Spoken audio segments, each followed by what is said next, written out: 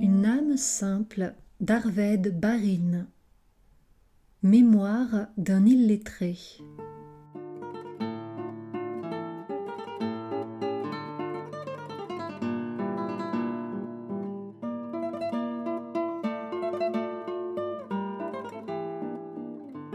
L'âme simple dont nous allons retracer l'histoire n'était pas du tout une belle âme. Elle n'avait aucune des nobles qualités qui font les héros ou les saints, et les vertus plus humbles de l'humanité moyenne étaient chez elle comme étriquées. Jetée par le hasard au milieu d'événements gigantesques et tragiques, elle n'en fut ni élevée au-dessus d'elle-même, ni écrasée, parce qu'elle n'en comprit pas la portée. Le dénuement de cette âme est précisément ce qui nous attire vers elle. Lorsqu'on a fait le compte de ses sensations, pesé ses sentiments, mesuré ses idées, et qu'on a vu combien les idées étaient bornées, les sentiments médiocres, les sensations peu nombreuses et vulgaires, on comprend combien il est injuste de demander beaucoup aux millions de sœurs qu'elle a sur la terre. C'est pourtant ce que nous faisons tous les jours, faute de savoir calculer ce qu'elles peuvent donner et de nous être assez intéressés à elles pour les interroger avec patience et sympathie. Cette âme simple appartenait à un paysan anglais nommé William Lawrence, qui ne savait pas écrire et qui a laissé des mémoires. Il les a dictées, nous apprend une préface de Mr. Nugent Banks, à un camarade qui savait tout juste écrire, de sorte que le manuscrit original présente un aspect informe. Il a suffi pourtant de rétablir l'orthographe, d'ajouter des points et des virgules, çà et là un mot sauté, pour rendre le récit clair et assez agréable dans sa simplicité. Le livre reflète, avec une netteté que n'ont pas toujours les œuvres plus littéraires, l'humeur de son naïf auteur, ses manières d'être et ses vues rustiques sur le monde et sur la vie. C'est la confession d'un homme du bas peuple, profondément ignorant et à la cervelle épaisse.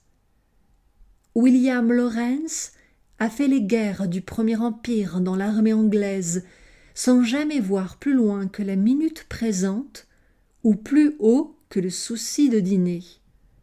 Ces pauvres mémoires sont bien pâles à côté de ceux des soldats français du même temps, dont Mr. Henry Houssaye a dessiné ici même, dans une brillante étude, des silhouettes empanachées et pittoresques. Ne demandez pas à Lawrence les ardeurs patriotiques du sergent Fricasse. Volontaire de 1792, soulevé et légèrement gonflé par l'ivresse révolutionnaire. Ne lui demandez pas l'entrain merveilleux du capitaine Coignet, ni ses retrouvailles de style.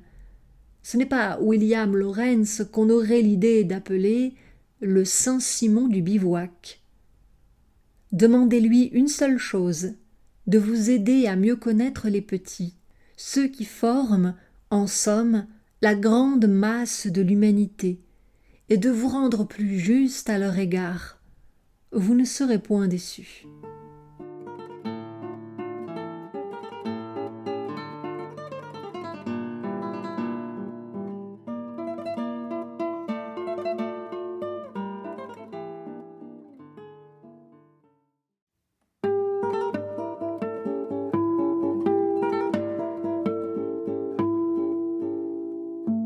William Lawrence est né en 1791 dans un village du comté de Dorset. Son père et sa mère font songer au bûcheron et à la bûcheronne, aux petits poussés. Ils étaient de même fort pauvres, chargés de 7 enfants qui les incommodaient beaucoup, et trop misérables pour être tendres, car la sensibilité est un grand luxe. Que deviendraient les bonnes gens comme ces Lawrence s'ils avaient nos mollesses de cœur pour nos enfants? Ils élevaient donc les leurs rudement, tout en les aimant à leur manière, ainsi que le montrera la fin de l'histoire. Comme dans le conte de Perrault, le père était plus dur que sa femme. Chargé de gagner le pain de la famille, il ne voyait guère dans ses petits que des bouches à nourrir. La mère était une ménagère économe et soigneuse. Le dimanche, pour aller à l'église, elle porta toute sa vie un manteau rouge et un chapeau noir qu'elle avait dû recevoir en héritage, car ils avaient toujours été très vieux. George Eliot croyait que la position géographique du lieu où nous sommes élevés exerce une grande influence sur notre développement intellectuel. La circulation des idées, disait-elle, suit la circulation générale. En conséquence, les régions du centre, où n'atteint pas le mouvement de la mer et des frontières, produisent les esprits les plus engourdis. D'après cette loi, le comté de Dorset, situé sur la Manche, entre les deux grands ports de Plymouth et de Portsmouth, aurait dû contenir une population éveillée, sachant les nouvelles et ayant des idées. Il y a 100 ans, c'était tout le contraire. Lawrence a peint d'un mot, sans y songer, les villages endormis de son enfance. Étant en Espagne, il remarque un homme qui passe des jours entiers sur le pas de sa porte, dans l'espoir qu'il arrivera quelque chose pour le distraire. C'est, dit-il, comme chez nous, qu'il arrive du nouveau, que quelqu'un ait seulement un chapeau neuf, tout le village est sans dessus-dessous. Les jours où personne ne s'est acheté un chapeau neuf, les villages du Dorset ne pensaient à rien. Et ce n'était pas la famille Lawrence qui aurait manqué à la règle. Penser est un luxe, comme aimer. Et le pauvre pense peu. Il n'en a pas le loisir. Il est trop occupé à gagner de quoi manger. Ce qu'il apprit à l'école ne put ni ouvrir ni fausser l'esprit du jeune William. Il était censé savoir lire, mais nous le voyons, dans ses mémoires, se faire lire une lettre par un passant. Il n'y a pas la contradiction. Quiconque a habité la campagne a observé que les cerveaux incultes ont deux manières de savoir lire. En attachant un sens aux mots prononcés ou en n'y attachant aucun sens. Il y a pour le paysan un pas difficile à franchir entre l'opération mécanique d'épeler et l'effort d'abstraction nécessaire pour identifier l'idée la plus simple avec de petits signes noirs. William Lawrence n'avait apparemment point franchi le pas, et quand il tenait à comprendre, il s'adressait à plus savant que lui. Nous avons vu qu'il ne savait pas du tout écrire. Chose curieuse, il réussit à le cacher au régiment. Il servit 17 ans, devint caporal, puis sergent, sans que ses officiers aient jamais découvert qu'il était incapable de tenir une plume. Il avait le don des illettrés pour calculer de tête et garder tous les comptes imaginables dans sa mémoire.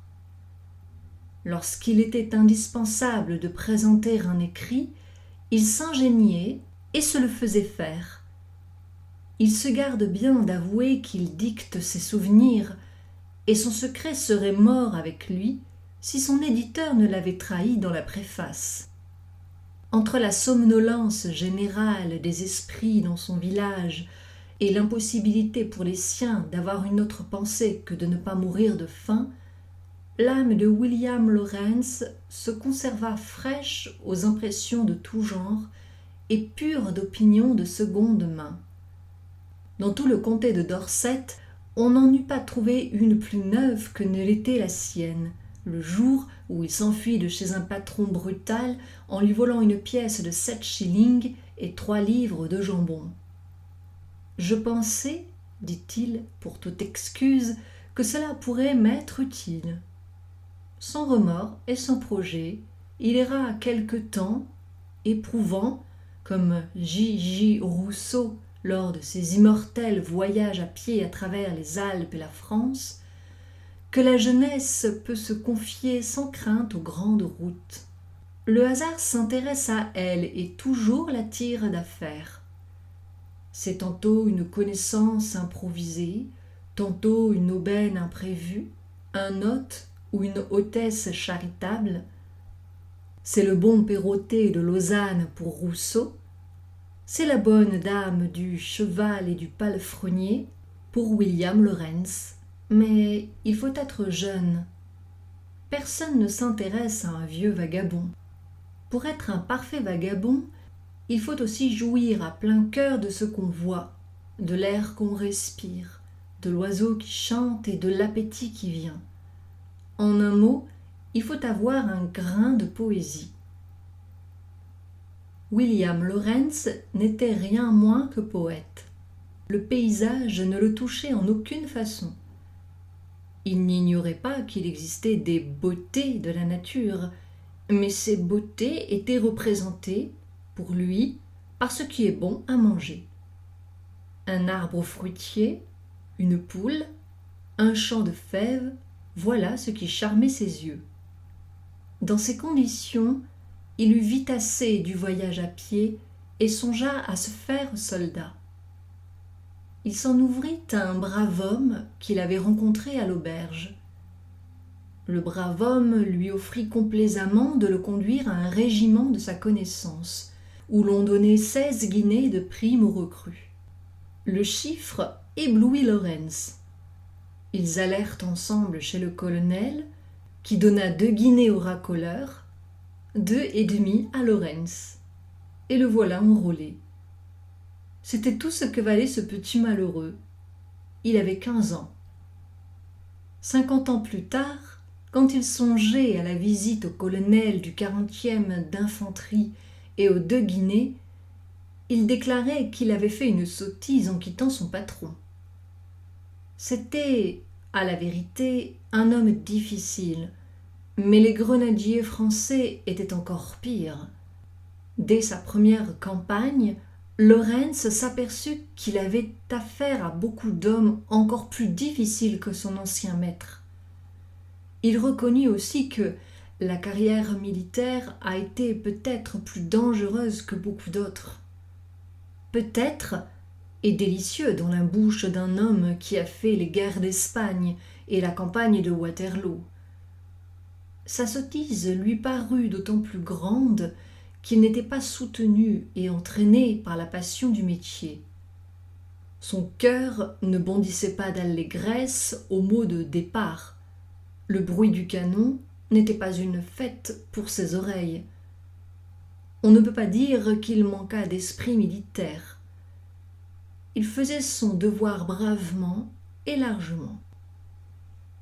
Quand on demandait des volontaires pour un assaut, William Lawrence se présentait assez souvent. Mais il faisait jusqu'aux belles actions sans joie, par conscience. Les batailles n'étaient pour lui qu'une besogne désagréable, et il s'ennuya à Waterloo. Il était bon soldat. Il lui manquait l'étincelle.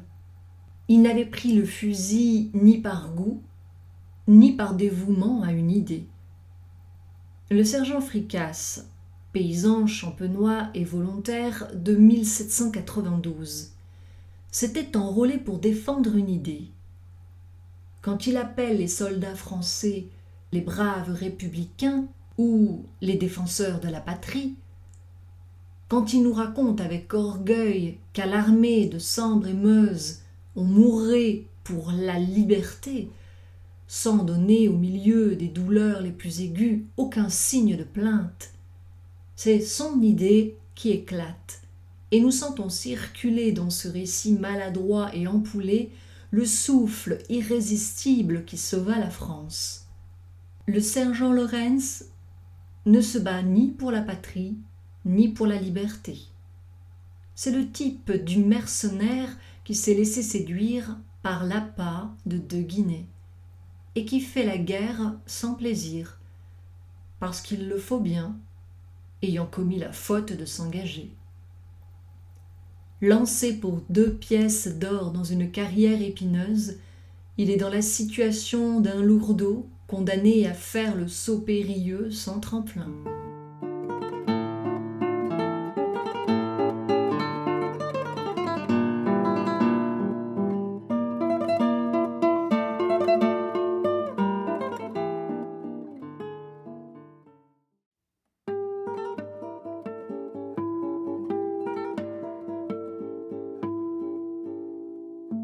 Il savait à peine l'exercice et n'avait jamais tiré un coup de fusil. Même sur une cible, lorsque le 40e d'infanterie fut désigné pour une expédition contre Montevideo et Buenos Aires. Nous n'aurions pas su l'âge de Lawrence, que nous aurions deviné, à ses sentiments, en cette occasion, qu'il n'était encore qu'un enfant. Il eut d'abord un vif mouvement de joie. L'idée qu'il avait été le plus malin et que son patron ne le rattraperait pas à Montevideo lui rendit très douce la nuit qui précéda l'embarquement. Vint le matin, les trompettes sonnèrent, la troupe marcha vers le quai, musique en tête, accompagnée par les vivas de la foule, et, tout à coup, le petit Lawrence vit son régiment fondre en larmes. Un grand nombre d'hommes avaient femmes et enfants, d'autres quittaient leurs parents, d'autres leurs fiancés.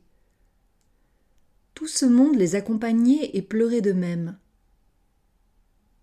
Bref, si l'on avait pu recueillir toutes les larmes, dit Lawrence, il y aurait eu de quoi approvisionner un hôpital d'eau pour les yeux pour plusieurs mois. Cela lui fit un effet singulier. Il se mit à sangloter, lui aussi, bien qu'il n'eût personne pour lui jeter seulement un regard d'adieu, et le plaisir de jouer un si bon tour à son patron fut tout gâté. Le doute entra dans son esprit et fit promptement place à une amère certitude. En voulant sortir de la poêle à frire, j'étais tombé dans le feu. Il fut confirmé dans son opinion par l'arrivée à Montevideo, où il fallut débarquer sous le feu des Espagnols. Nous avions, dit-il, comme un mauvais goût dans la bouche, car il semblait qu'il n'y eût devant nous que la mort ou la gloire. Cri du cœur d'un mercenaire qui s'aperçoit qu'il a fait un mauvais marché en vendant ses os pour 2 guinées. Sa seconde expérience de la guerre fut aussi très pénible. Les Espagnols surprirent un poste anglais, l'obligèrent à la retraite et massacrèrent de sang-froid, à la vue des ennemis, 2 blessés demeurés en arrière. Quelques naïfs, dont Lawrence, coururent rapporter à leur général la conduite horrible des Espagnols. Le général, sans s'émouvoir, répondit qu'il fallait les payer de la même monnaie. Lawrence n'en fit jamais rien. Son cœur n'était pas sanguinaire, et il ne tua jamais qu'à regret pour éviter d'être tué.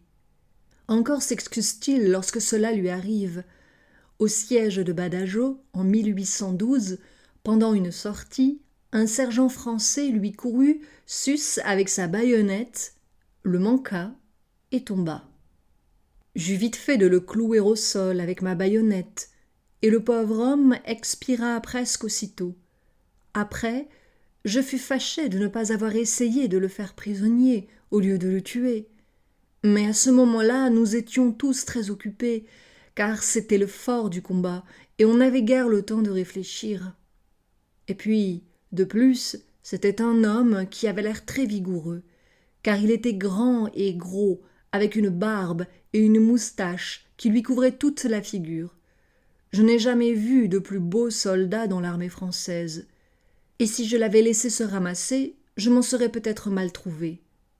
De sorte que, dans un moment pareil, mon parti était peut-être le meilleur, tuer ou être tué.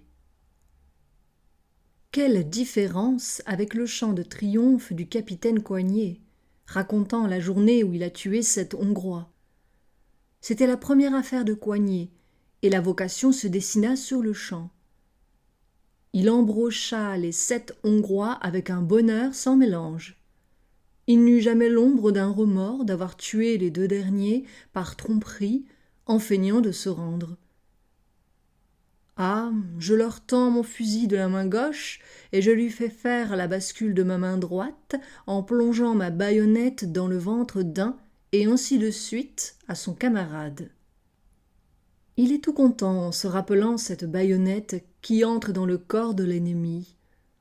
Lawrence est tout triste en se rappelant la sienne. L'un avait la vocation, l'autre ne l'avait pas. Le courage de Lawrence fut mis devant Montevideo à une troisième épreuve, plus rude que les précédentes.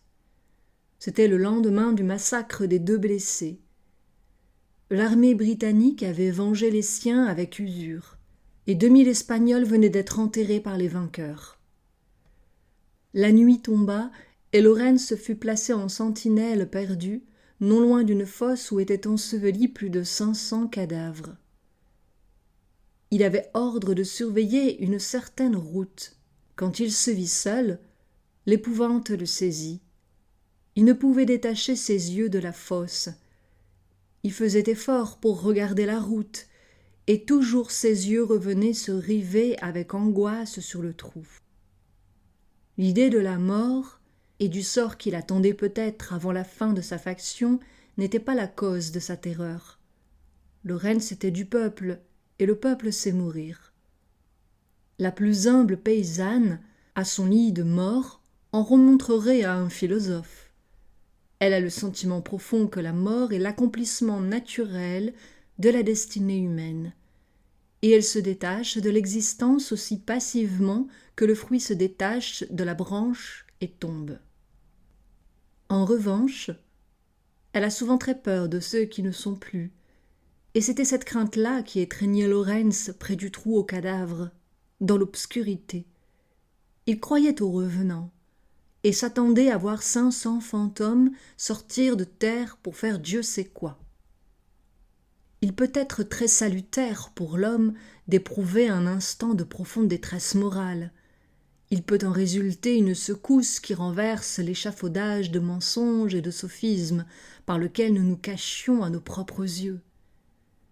Nous avons alors beau faire, nous nous voyons tels que nous sommes, et nous nous jugeons malgré nous. Malheureusement, au lieu de conserver précieusement la mémoire des souffrances et de l'humiliation de ces minutes de cruelle clairvoyance, nous nous efforçons de les effacer de notre souvenir dès que le choc est passé. Lawrence eut un de ces moments d'impitoyable sincérité, tandis qu'il attendait avec terreur l'apparition des Espagnols morts. Il considéra toute sa vie, sa pauvre vie d'enfant affamé et battu.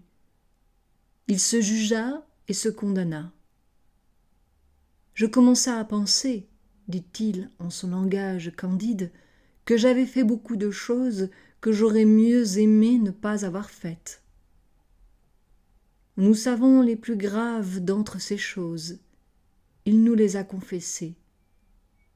Elles se représentaient à son esprit sous la forme d'une pièce de 7 shillings et de 3 livres de jambon, emportées comme cela, sans réflexion, parce qu'il pensait que cela pourrait lui être utile. Il faudrait connaître bien mal l'humanité pour s'étonner que ses remords pendant cette crise ne l'aient pas empêché plus tard de s'approprier d'autres pièces d'argent et d'autres morceaux de jambon. Mais il le fit, sachant du moins qu'il avait tort, étalonné par la faim ou entraîné par les mauvais exemples qui ne manquent pas dans une armée en campagne. La leçon n'avait pas été perdue pour lui. Il en garda un sentiment plus net du bien et du mal. Que pourrait-on souhaiter de plus, dans une épreuve semblable, à un grand esprit ? La peur physique des balles lui passa assez vite, et il devint un des soldats patients et opiniâtres qui font la force de l'armée anglaise. Il allait ici ou là, faisait ceci ou cela, selon qu'on lui commandait, et aurait donné 50 vies, s'il les avait eues, sans songer à reculer, quand son capitaine lui avait dit de rester où il était. L'un des traits qui frappent dans ses mémoires, c'est combien peu il se demandait la raison des ordres qu'il recevait. et à quel point ses camarades et lui-même ignoraient pourquoi ils allaient à droite ou à gauche, se battaient ou ne se battaient pas. En voici un exemple pris au hasard. Ils s'étaient emparés de Buenos Aires, ils abandonnèrent la ville après un combat malheureux dans les rues, se rembarquèrent avec un air de défaite et de honte, et ce fut bien plus tard que les soldats apprirent qu'une convention était intervenue au moment où ils attendaient l'ordre de reprendre l'offensive et de venger leur échec. La modestie est un autre trait du caractère de Lorentz. S'il ravagea des cœurs, il ne s'en vante pas, chose rare chez tous les hommes et particulièrement rare chez les militaires, qui considèrent l'obligation d'être irrésistible comme une des charges de l'uniforme. Une seule fois, à Montevideo, on lui offrit une fortune s'il consentait à épouser une Espagnole qui était évidemment jeune et belle, et dont le père avait des étriers d'or massif, pesant au moins 1 livre. Ce père se promenait avec ses étriers d'or aux environs des corps de garde anglais, emmenait les soldats au cabaret, et tâchait de leur persuader, après boire, d'épouser sa fille. Il jeta son dévolu sur Lorentz, sans doute à cause de l'inexpérience que laissait supposer son extrême jeunesse.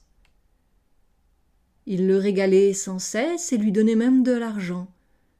Jamais conteur n'eut plus joli canevas pour broder des aventures romanesques.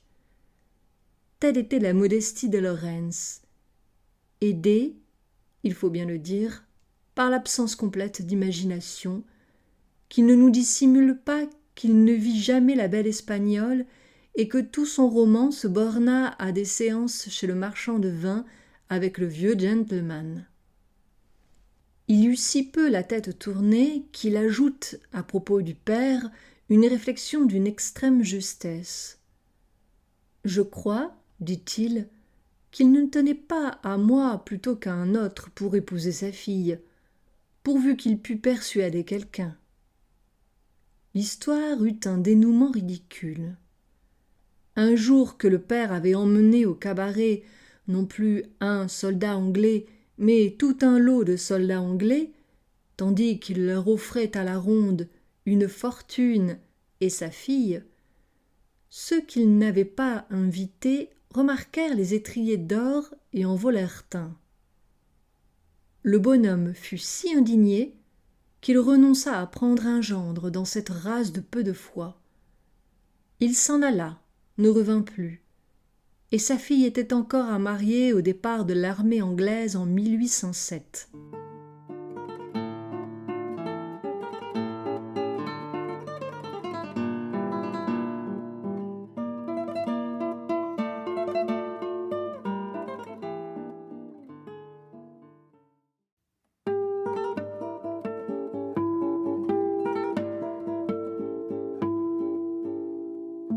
Au retour de Montevideo, le 40e d'infanterie alla tenir garnison en Irlande. Il se rembarqua avec Wellington en juillet 1808 et fut descendu au Portugal. Cet événement parut singulier à Lorentz et lui a inspiré la seule réflexion politique que l'on rencontre dans son volume. Après avoir expliqué au lecteur que les Anglais allaient aider les Espagnols à chasser leurs anciens alliés, les Français, il ajoute « de sorte qu'il nous fallut aller et nous battre pour cette même nation que nous avions combattue quelquefois auparavant à Montevideo et Buenos Aires. » Il est visible que Lorentz a fait ici un effort afin de comprendre pourquoi son gouvernement s'intéressait subitement à ces Espagnols à qui l'on envoyait la veille des boulets. On sent aussi, à travers la réserve de ses paroles, qu'il lui fut impossible d'imaginer une explication satisfaisante à un manque de suite aussi choquant dans les idées. C'est ainsi que le peuple juge les savantes combinaisons des politiques. Lorentz connaissait l'existence de Buonaparte, car il le nomme 2 ou 3 fois. Le lien qui existait entre les faits et gestes de ce Buonaparte et l'idée baroque de se battre pour les Espagnols était trop subtil pour son esprit. Quand il vit de près les nouveaux alliés, il comprit encore bien moins. Il les trouva méprisables et haïssables. Méprisables parce qu'ils ne tenaient pas en bataille rangée et abandonnaient leurs amis les Anglais. Haïssables à cause de leur barbarie envers les blessés ennemis et les prisonniers. Ils faisaient l'effet de sauvages aux soldats de Wellington, et il est vrai qu'en ce temps-là, une partie des populations de la péninsule était à demi sauvage. La conduite des Français en Espagne fut loin d'être exemplaire. Ils commirent de grandes déprédations et tuèrent maints habitants des armées. Il y avait néanmoins un abîme entre leur violence et leur pillerie et la froide barbarie des Espagnols et des Portugais, vrais raffinés de la cruauté, qui prenaient plaisir au supplice lent et au spectacle des souffrances.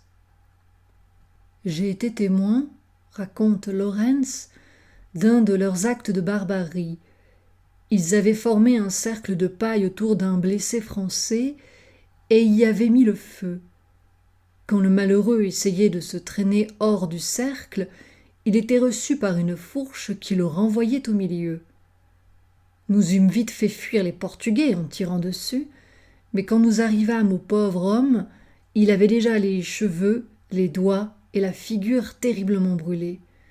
Il nous supplia de ne pas l'abandonner, mais nous fûmes forcés de le laisser, et sûrement les Portugais revinrent le tuer, ou bien il mourut de leur mauvais traitement ou de ses blessures.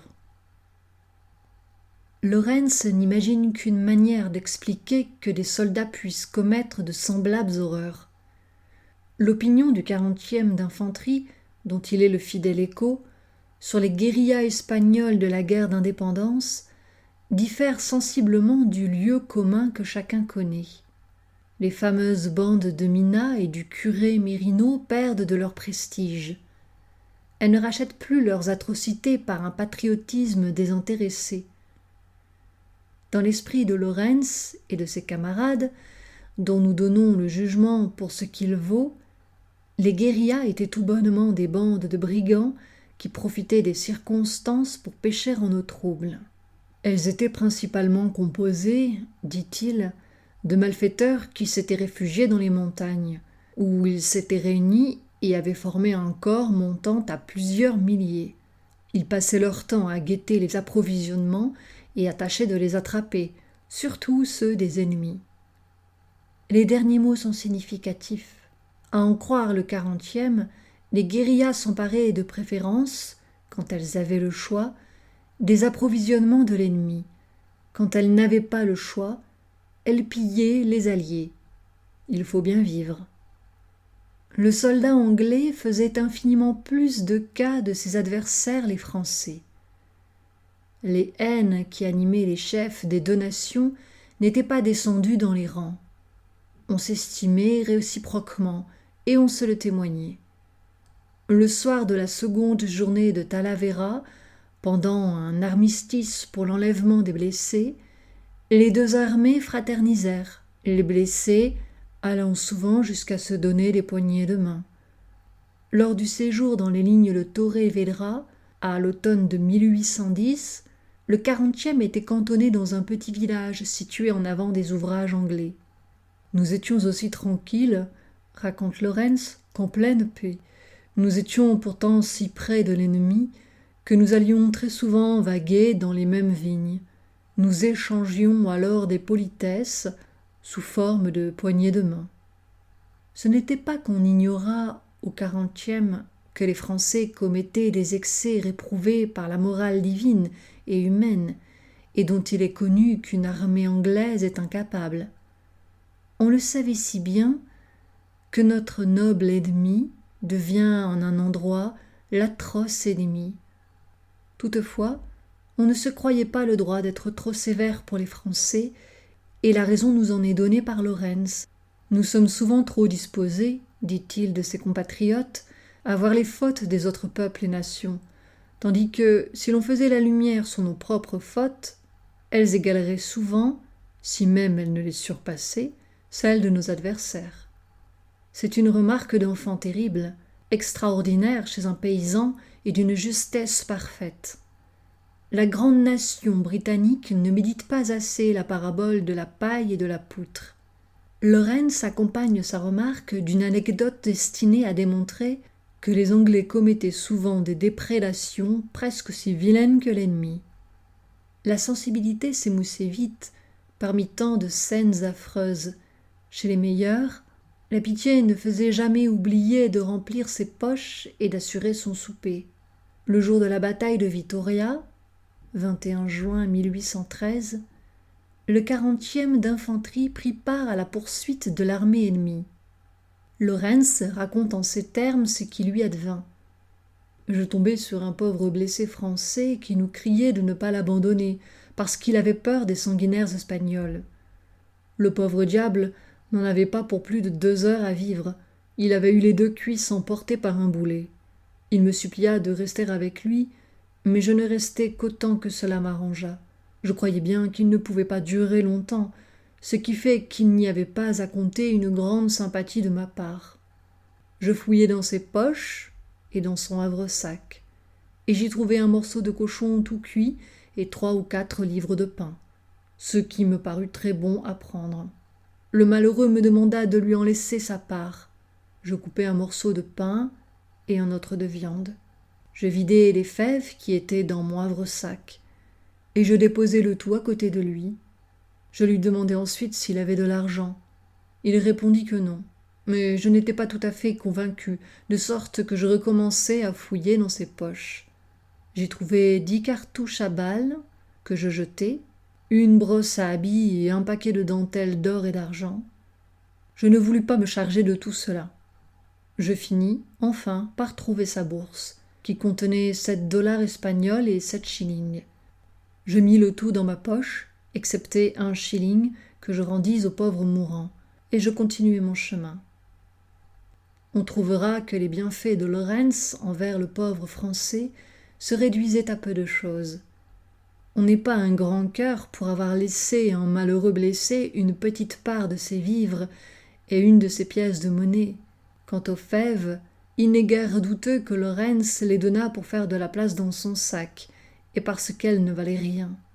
Aussi n'avons-nous jamais dit que Lawrence fut un grand cœur.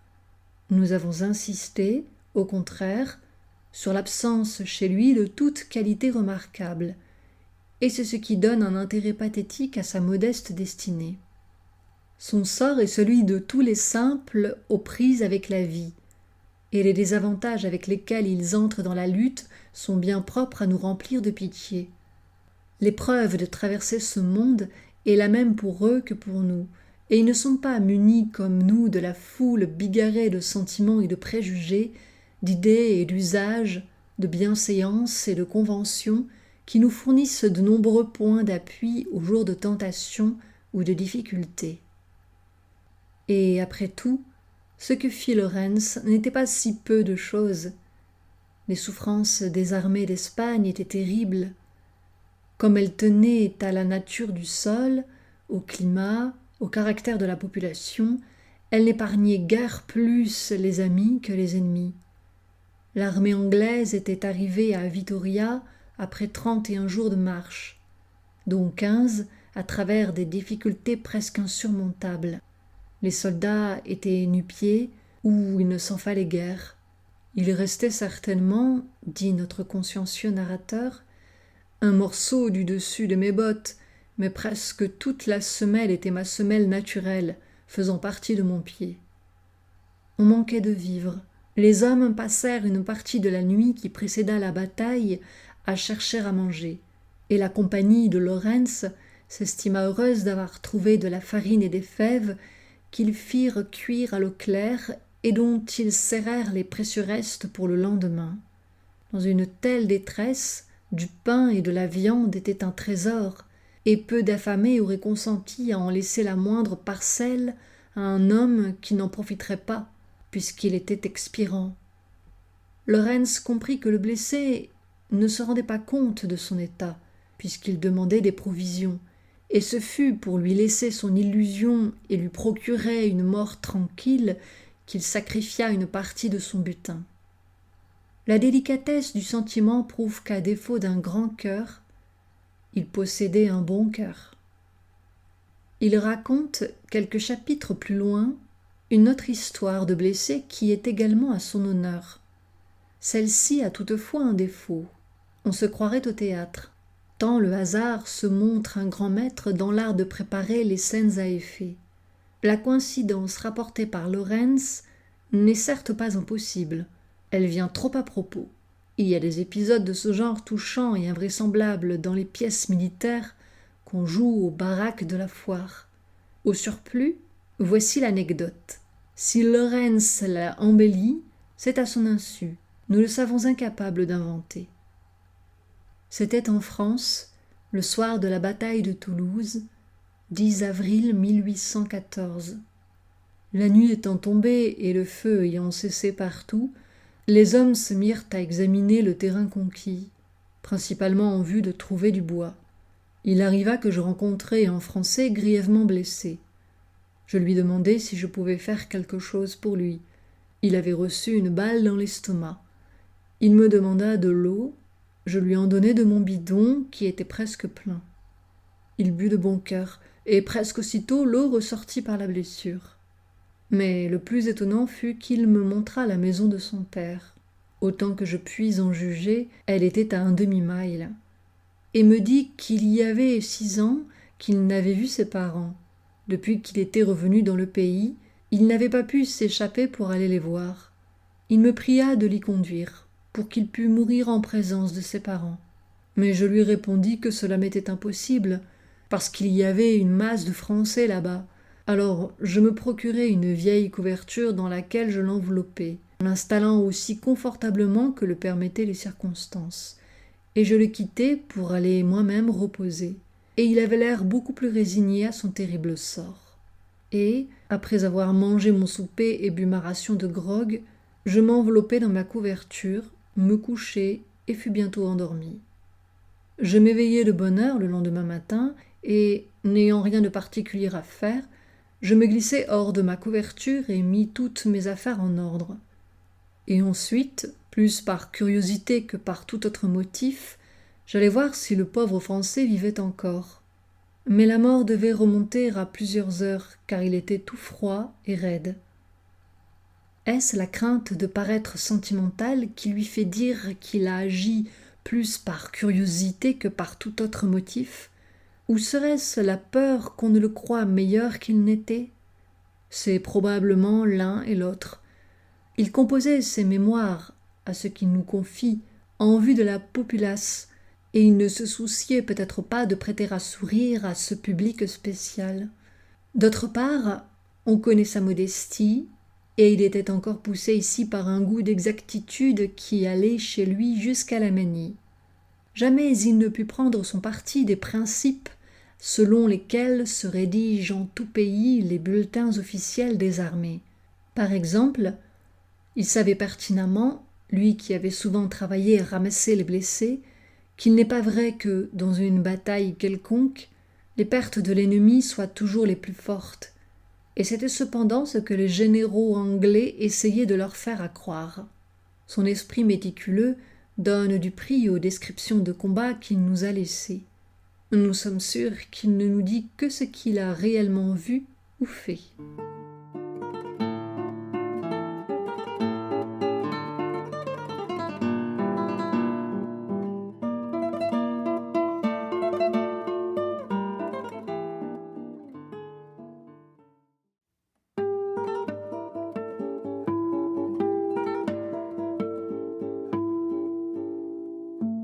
La première bataille rangée à laquelle il assista fut celle de Wimereux, 21 août 1808, où Junot fut battu par Wellington. Le récit qu'il en fait se divise en 2 parties de longueur très inégale. La première, de beaucoup la plus développée, contient la petite bataille particulière de Lorentz contre un Français.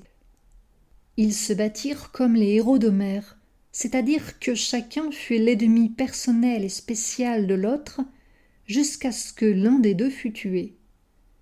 Mais la manière du combat fut très différente. Lorentz s'était caché derrière un arbre, le Français derrière un buisson. Ils se guettaient et s'envoyaient des coups de fusil. Ils tiraillèrent longtemps sans se toucher.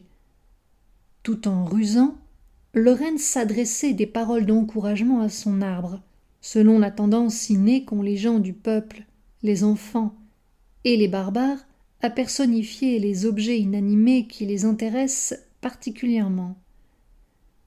Depuis que le monde pense, il est né des milliers de légendes de l'état d'esprit qui obligea, en ce jour, un pauvre fantassin anglais, dépourvu d'imagination, à voir dans un arbre un vaillant guerrier le protégeant de son corps. Si Lorentz, au lieu de dicter ses aventures, s'était contenté de les raconter aux enfants de son village, il aurait suffi de 2 ou 3 générations pour métamorphoser le tronc robuste qui recevait les balles sans broncher et avec lequel il causait, en un héros de chair et d'os, la gloire du 40e d'infanterie sous les Georges. Un autre Anglais tua le Français, à la vive satisfaction de Lorentz, qui se sentait très mal à l'aise.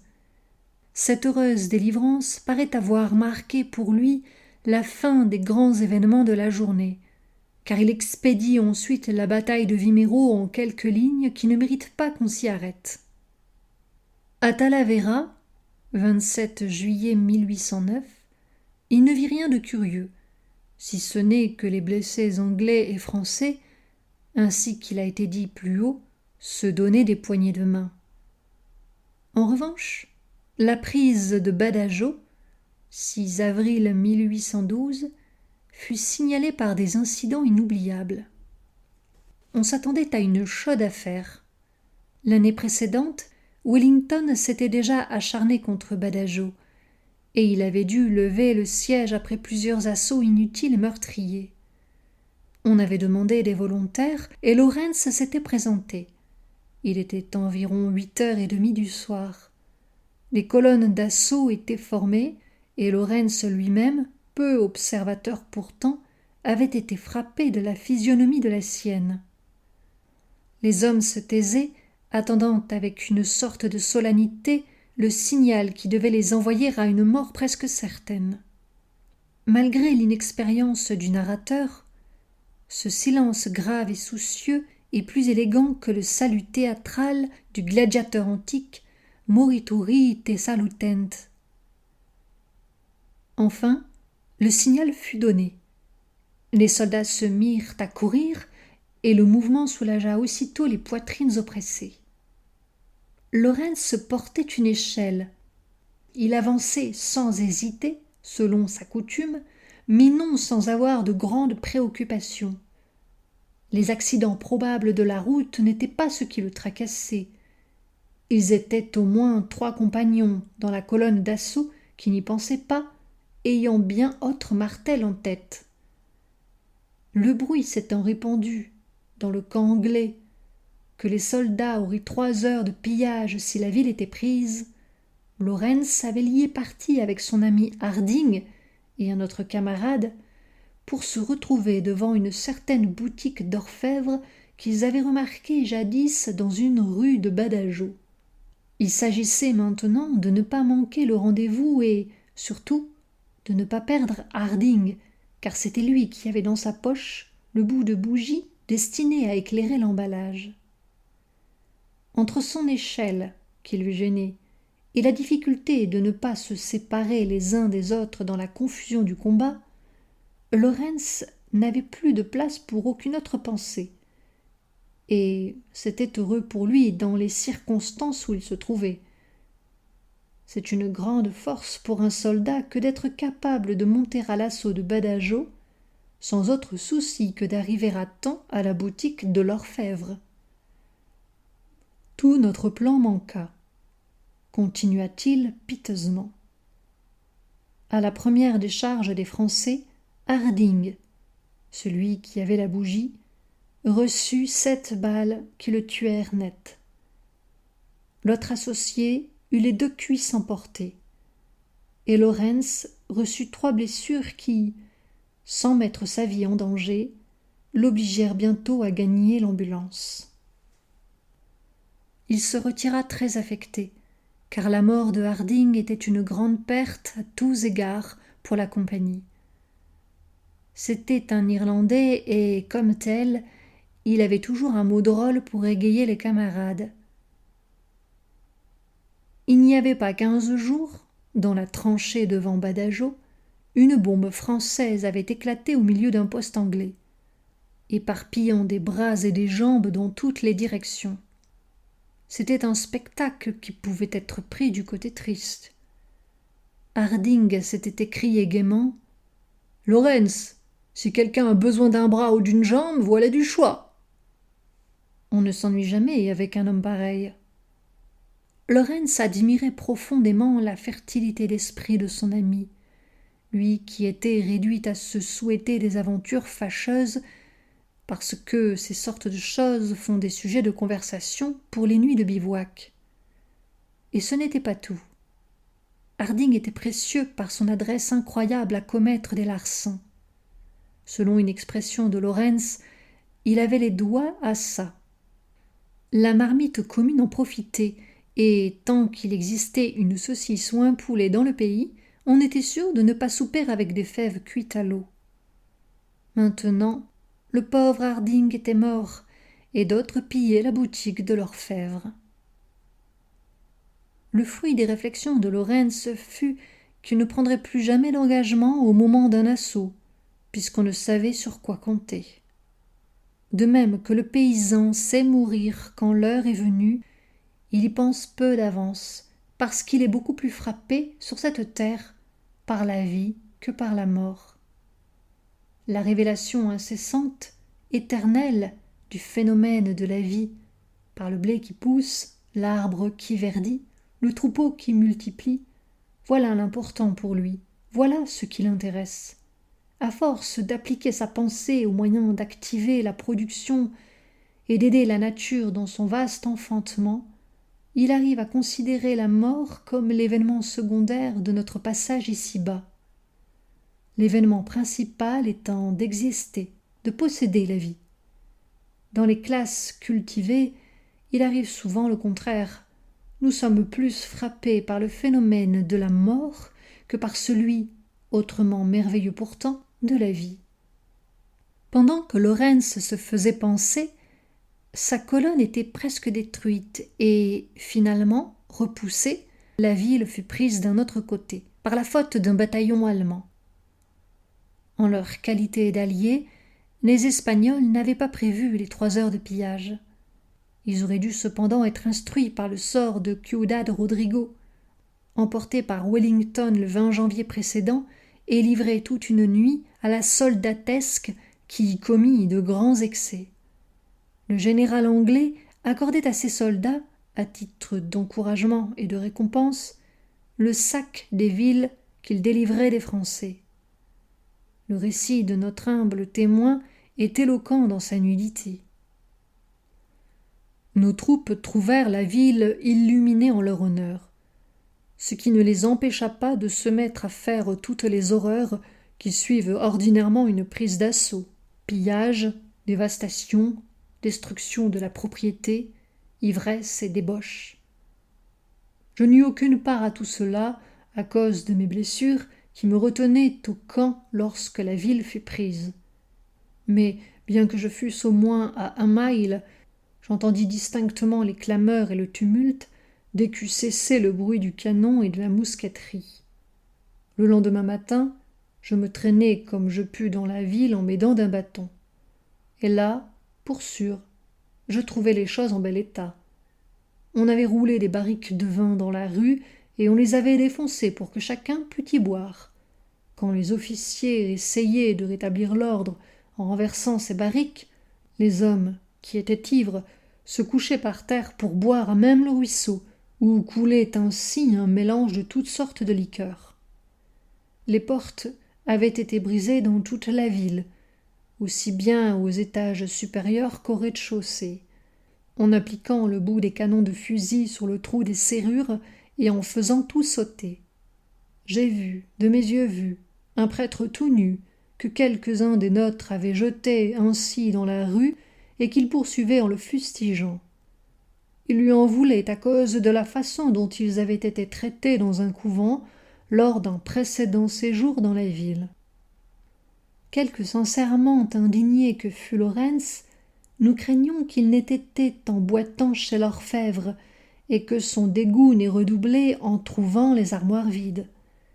Sa vertu était moins farouche quand il pouvait prendre sa part du butin. Durant sa promenade dans Badajoz, nous voyons son humeur se radoucir singulièrement au moment où il rencontre un homme de sa compagnie, qui lui montre un gros sac d'argent et lui promet de ne pas le laisser manquer. Il reprend aussitôt après son ton scandalisé. Mais pendant que quelques-uns de nos soldats se livraient à toute cette débauche, je dois dire un mot d'éloge pour un grand nombre qui valait mieux, et qui faisait tout ce qu'il pouvait pour calmer la férocité des autres. Ce matin-là, j'en rencontrai beaucoup qui disaient combien ils étaient fâchés de penser que les soldats ne pouvaient pas s'empêcher de se porter à de pareils excès. Des maisons respectables étaient saccagées du haut en bas, sans égard pour les supplications de quelques personnes qui y étaient restées. Souvent, on détruisait ce qu'on ne pouvait pas emporter. On menaçait les hommes pour les obliger à donner leur argent, et on traitait quelquefois les femmes de même. Comparativement, je crois qu'il se commit peu de meurtres, mais il y en eut sans doute quelques-uns. Lorsque toute cette canaille fut ivre-morte, et qu'un certain nombre furent vraiment morts de leurs excès, alors seulement la pauvre ville put respirer un peu. Le matin, on mit de garde quelques troupes fraîches et on dressa quelques potences, mais on ne s'en servit guère. 2 ou 3 officiers avaient été tués en essayant de rétablir l'ordre, et l'on m'a donné à entendre que des soldats de la 5e division, arrivés lorsque presque tout avait été ravagé, avaient dépouillé leurs camarades ivres. On m'a même raconté qu'ils en avaient tué. Lord Wellington punit tous les coupables en leur supprimant leur grog pour quelque temps.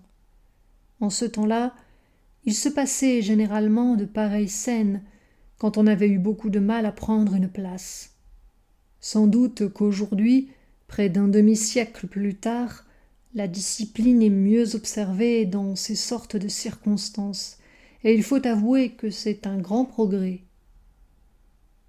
La suppression du grog paraît une punition douce après les gentillesses qu'on vient de voir. C'était une des plus redoutées de l'armée anglaise. Dans des temps pareils, dit Lawrence, ça va au cœur du soldat.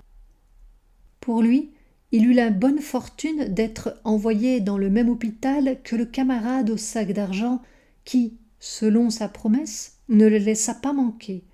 Ils burent tant et si bien que leurs blessures s'enflammaient au lieu de se fermer. Puis vint le typhus, et l'année 1812 approchait de sa fin quand William Lawrence put reprendre son service.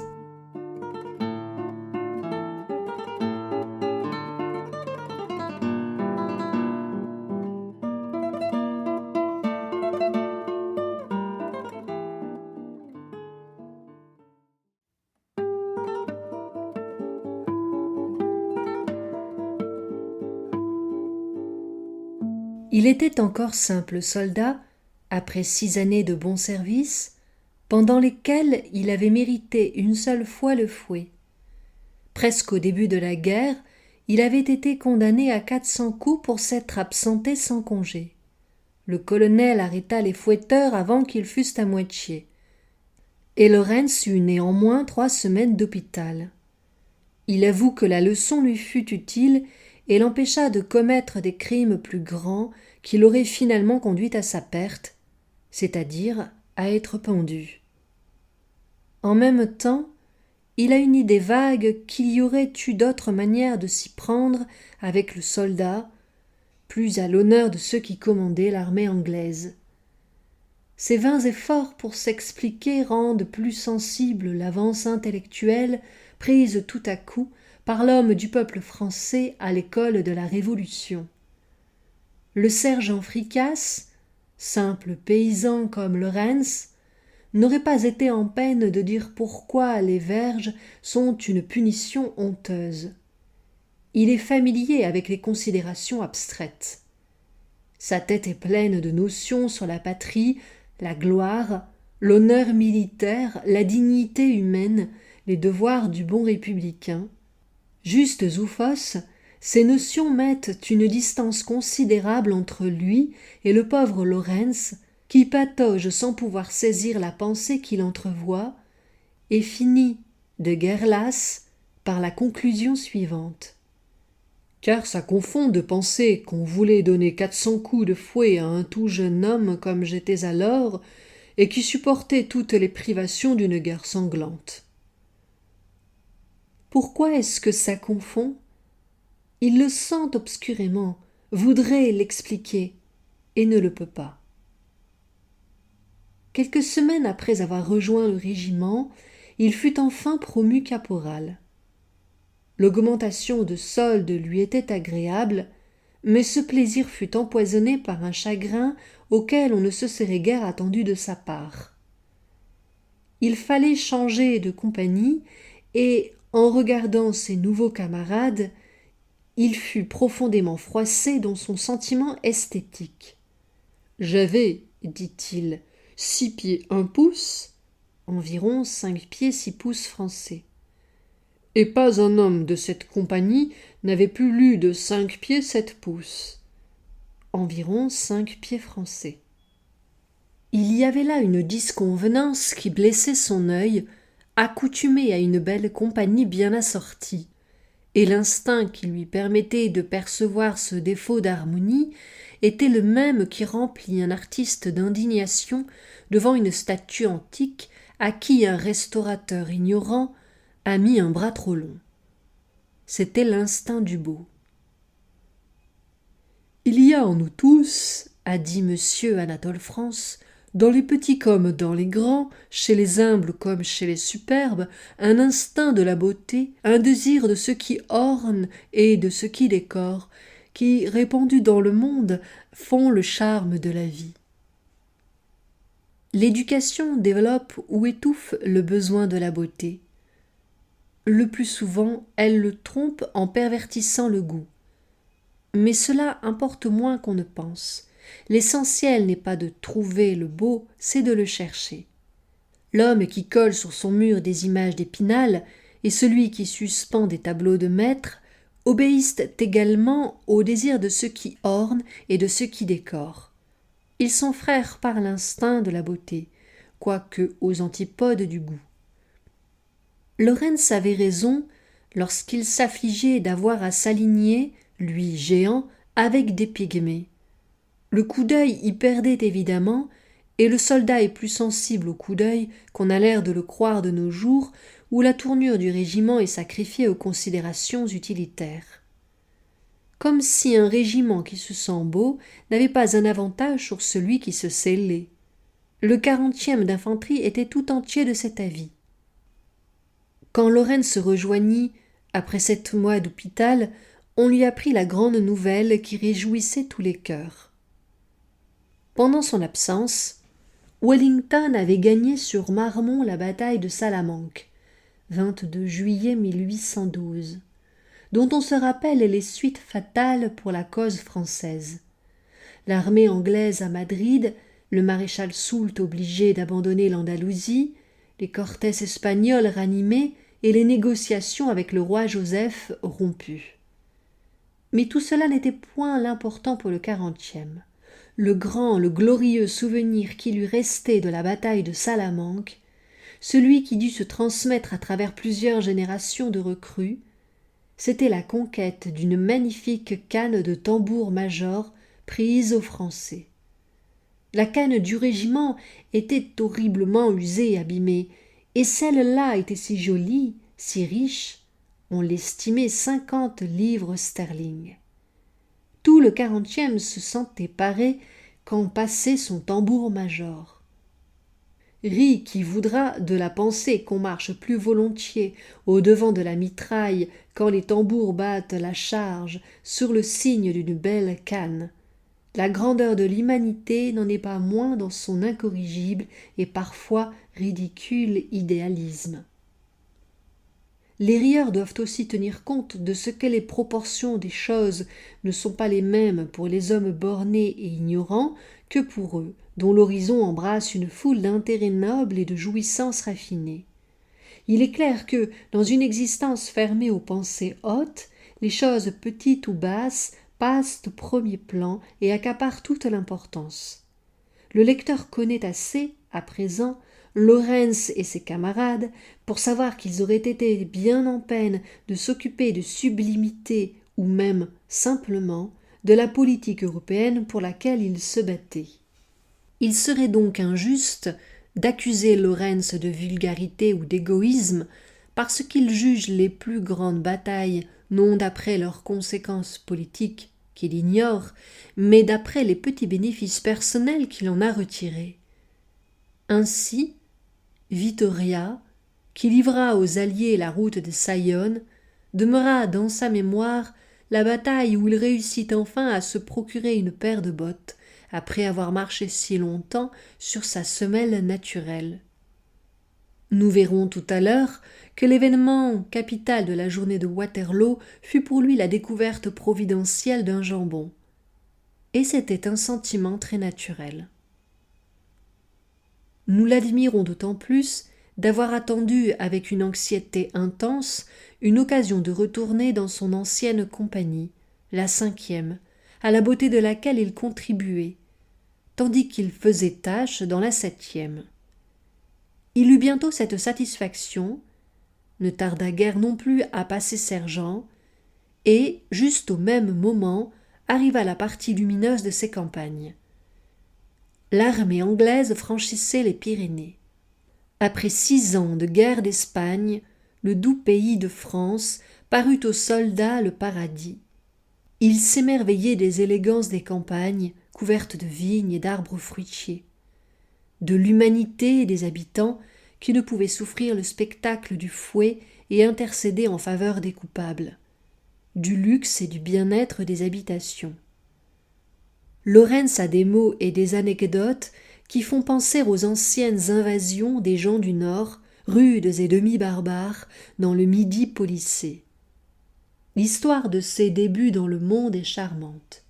J'imagine que, si quelques compagnons de Simon de Montfort, de retour dans son village des Ardennes ou du Gâtinais, avaient eu l'idée de dicter au tabellion du pays le récit de sa course au pays des Albigeois, il aurait eu à raconter des impressions assez semblables sur les lits de plumes et les fins ragoûts.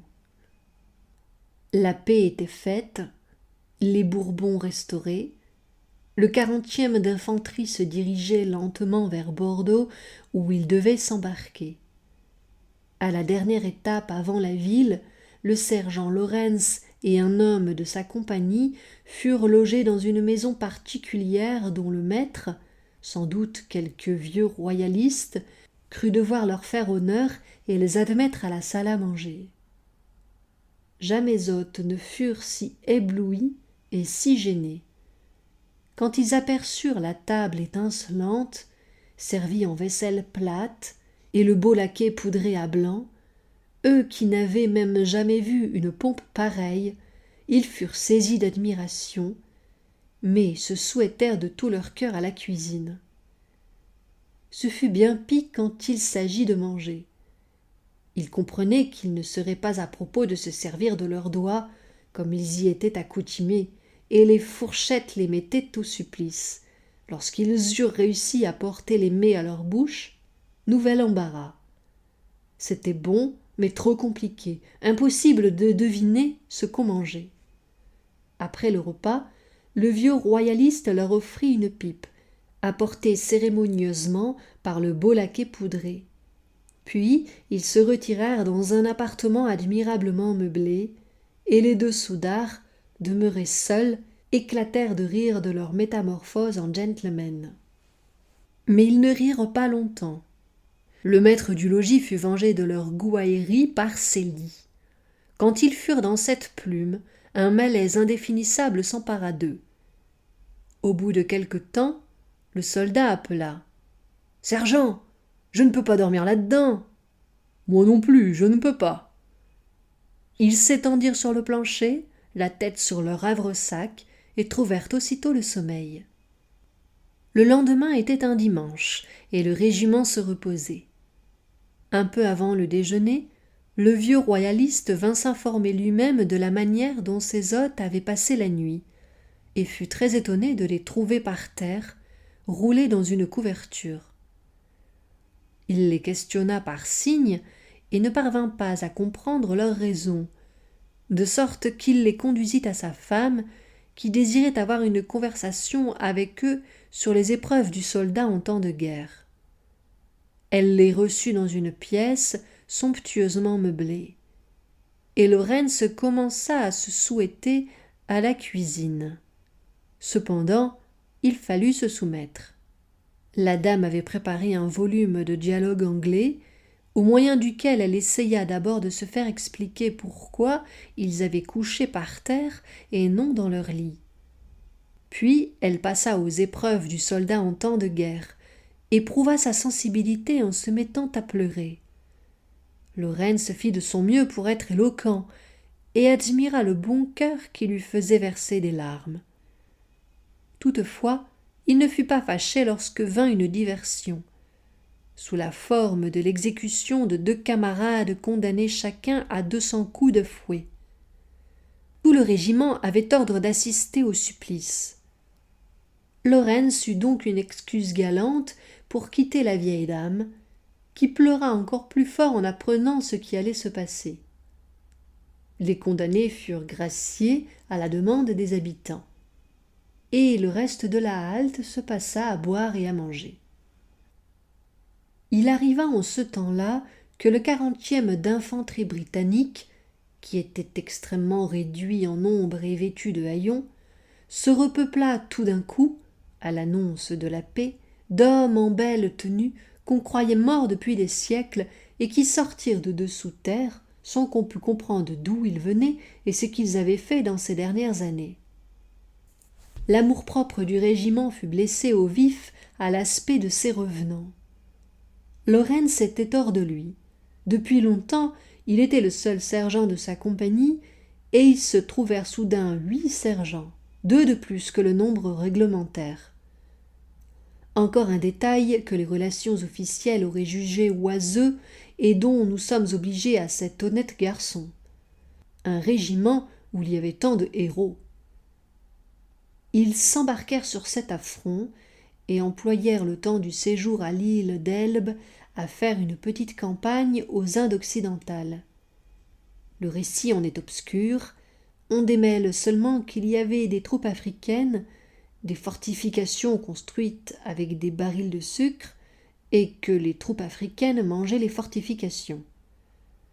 Quoi qu'il en soit, le 40e de ligne revint en Europe juste à temps pour prendre part à la bataille de Waterloo, dont Lorentz nous donne un récit moins littéraire que le fameux récit de Stendhal dans la Chartreuse de Parme, mais conçu dans le même esprit de scrupuleuse véracité. Son régiment fut placé dans un champ quelconque, en vue d'une combinaison qu'il ignore, et avec l'ordre de garder sa position. On forma le carré, et Lorentz raconte ce qu'il vit. Il vit d'abord un régiment de cavalerie française qui les chargea et fut repoussé. Il vit ensuite un régiment d'infanterie française qui dut aussi reculer, mais après un combat acharné et de grandes pertes des 2 côtés. Puis ce fut le tour d'un autre régiment de cavalerie, et les rangs du 40e demeurèrent tellement éclaircis qu'à peine pouvait-on former le carré. Cependant, il conservait son terrain, et c'est pourquoi Lorentz n'a pas pu voir ce qui se passait sur le reste du champ de bataille. De toutes les batailles auxquelles il a pris part, Waterloo fut la plus ennuyeuse. Les hommes étaient énervés de recevoir les charges et de serrer les rangs. Très peu d'incidents et pas un seul qui fut gai. Sans leurs officiers, les soldats s'en seraient allés. La journée s'écoula lourdement et la nuit tomba sur une ombre de régiments noyés dans la boue. Le feu avait cessé et il passait des Prussiens. Lorentz suppose qu'il poursuivait les Français, mais il ne l'a jamais su positivement. Peu lui importait d'ailleurs. Il souhaitait les Prussiens au diable, et c'était tout ce qu'il pensait d'eux pour l'instant, car il avait trouvé un sac contenant un jambon et 2 poulets. Et son général lui avait conseillé de bien se cacher des Prussiens, car c'étaient des gens dont il fallait se défier, et qui le voleraient s'ils l'apercevaient. Les armées pouvaient fondre sous la mitraille, les empires pouvaient s'écrouler et les peuples tremblaient dans l'attente de leur sort. Il y avait sur le champ de bataille de Waterloo au moins un homme dont l'unique pensée était de sauver sa marmite. Il n'y réussit pas complètement. Ces mêmes Prussiens dont le général lui avait recommandé de se défier s'approchèrent de son feu et contemplèrent son jambon avec des regards de convoitise. Il jugea de bonne politique d'aller au-devant de leurs désirs, tira son épée et leur coupa des tranches de jambon, moyennant quoi il s'en débarrassa et put se livrer en paix aux opérations importantes de la journée, qui n'eurent aucun rapport avec les surprises de la tactique. Était-ce Grouchy? Était-ce Blücher? Là ne fut point le problème de Waterloo pour William Lawrence.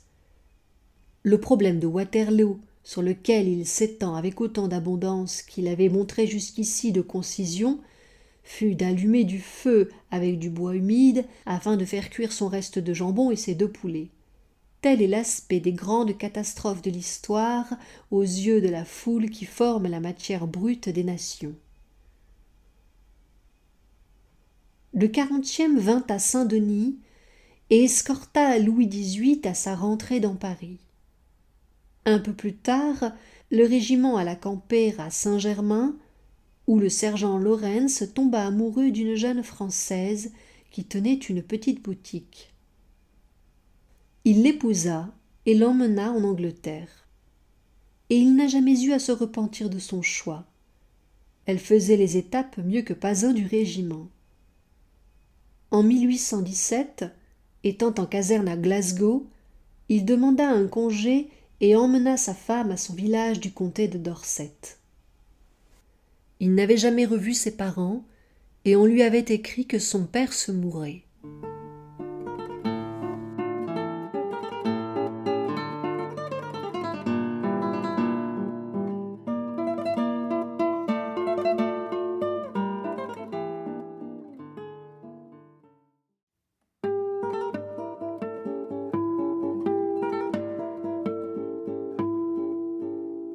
Depuis Ulysse, le retour du soldat dans ses foyers a servi de thème à tant de variations en prose et en vers que les écrivains hésitent aujourd'hui à le reprendre. Il n'y a plus que les hommes de génie ou les illettrés pour avoir cette audace. Tolstoï l'a eu dans ses souvenirs, le sergent Lawrence l'a eu également dans ses mémoires. Et c'est une audace heureuse. Pour le naturel et la vérité, il ne sera jamais surpassé, et il s'élève par endroits jusqu'à la grandeur épique. Nous arrivâmes un dimanche, dit-il, dans la matinée pendant le service religieux. Nous prîmes le raccourci à travers le cimetière et remontâmes le village. Cependant, à plusieurs maisons où demeurait John Lawrence, mon père, je trouvai que c'était dans la même maison où j'étais né. Mais, quoique ça ait l'air drôle, je ne me pressais pas du tout d'y aller. J'avais su par les voisins qu'il vivait encore et qu'il allait beaucoup mieux, de sorte que j'étais tranquille. C'est bien le paysan. Il n'est pas du tout incapable d'émotion, mais il lui faut du temps. Les sentiments sont lents à se faire jour comme les idées. Lawrence flâna donc dans le village, se divertissant de la curiosité excitée par son uniforme et traité partout en étranger. Enfin, il fut reconnu par une vieille dame qui alla prévenir sa sœur. Le tableau de leur rencontre est une merveille de réalisme. Lawrence ne s'était pas fait la barbe depuis plusieurs jours. Au moment d'entrer dans la maison paternelle, Sa sœur en sortait, courant au-devant de lui. Elle s'écria « Entre, pourquoi ne t'es-tu pas fait la barbe ?» Alors, je lui demandai s'il y avait un barbier près de là. « Non, dit-elle, mais je vais te raser, c'est toujours moi qui rase le père. » Alors j'entrai. Mon père et ma mère n'étaient pas rentrés de l'église. Jetai mon havresac, et on en sortit ce qu'il fallait pour la barbe. Soyez sûr que ce frère et cette sœur, séparés depuis 12 ans, avaient beaucoup de choses à se dire. Mais ils se les diront plus tard, peu à peu. Le paysan ne se presse pas de dire les choses. Le voilà rasé, il s'approche de la porte et regarde dans la rue. Le service religieux durait encore.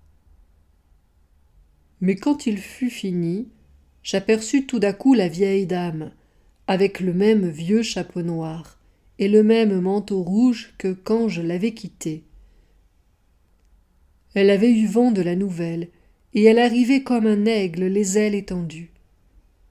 J'allai au-devant d'elle, mais elle était si bouleversée par l'émotion que je dus l'accoter contre la maison pour l'empêcher de tomber. Après quoi je continuai au-devant du vieux, qui était tout à fait infirme et clopinait en arrière avec 2 bâtons. J'ai à peine besoin de dire qu'il fut pire que tous les autres en me revoyant comme ça, tout d'un coup. Je le fis entrer et j'eus de la peine à le mener jusqu'à une chaise. Aucun de nous ne dit rien pendant longtemps. À la fin, le vieux dit « Mon enfant, je ne croyais pas te revoir. » Il suffit d'un sentiment un peu profond pour réveiller le poète qui dort au fond de chaque homme. Lorentz a été poète en dépeignant cette vieille femme éperdue, son manteau rouge flottant au vent et qui fond sur son enfant comme un aigle aux ailes étendues. Quelques années après sa visite au village, il fut mis à la retraite avec une pension de 18 sols par jour, qui fut portée sur la fin à 25 sols. Ses mémoires se terminent par une sorte d'envoi au lecteur d'une humilité touchante. « Je me suis efforcé, dit-il, de raconter du mieux que je pouvais, et je sais que ça laisse bien à désirer. Et en n'étant pas long, de manière que la populace de l'endroit puisse lire en quelques heures les scènes principales de ma vie reliées aux diverses campagnes dans lesquelles j'ai servi. Et, bien que je sois fâché de ne pas pouvoir donner au lecteur plus de détails sur la péninsule et Waterloo, je crois que, si mes anciens camarades eux-mêmes, ceux qui ont fait les mêmes campagnes, examinaient mon ouvrage, ils ne pourraient pas dire que les renseignements que j'ai donnés ne sont pas exacts. Nous souhaitons à tous les historiens de pouvoir se rendre le même témoignage à la dernière page. Le sergent Lorentz est mort en 1867. Et c'est toute son histoire.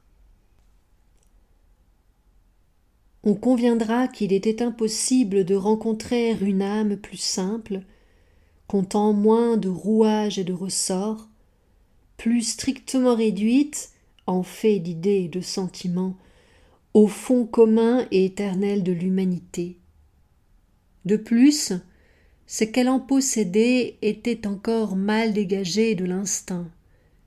Comme on voit les alluvions récentes qui ne sont plus l'eau et ne sont pas encore la terre ferme. C'était à tous les points de vue une âme élémentaire dont l'inventaire était bientôt dressé et rendue d'ailleurs calleuse par une longue expérience des hasards de la guerre, de sa licence et de ses férocités. Quelques affectations de famille, sincères mais peu encombrantes, quelques notions assez vagues sur des sujets abstraits tels que le tien et le mien, ou les mœurs des revenants, le souci cuisant et ininterrompu de satisfaire sa faim, d'abord chez ses parents, puis en campagne et dans son ménage. Au fond de tout cela, cherchant à poindre, un obscur besoin de beauté, d'ordre et d'harmonie. Par-dessus tout cela, cet inexplicable et merveilleux sentiment du devoir qui déroute les raisonnements. Voilà le bagage intellectuel et moral dont William Lawrence dut se contenter pour être un honnête homme et s'acquitter convenablement de la tâche de l'existence. Il eut infiniment plus de mérite à en venir à bout tant bien que mal, et même plutôt mal que bien, qu'une foule de gens, qui se sentiraient humiliés d'être comparés à un manant, n'ont de mérite à faire beaucoup mieux que notre humble héros. Nous n'en savons néanmoins aucun gré à Lawrence et à ses pareils. Nous tous les favoris du sort ou de la nature qui regardons ces pauvres diables d'en haut.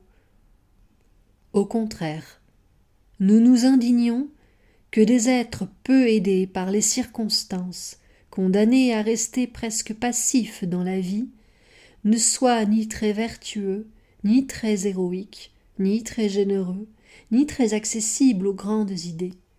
Il nous paraîtrait naturel qu'ils fussent des saints, eux qui n'en retireraient même pas les jouissances d'orgueil que rapporte la sainteté dans les sphères supérieures.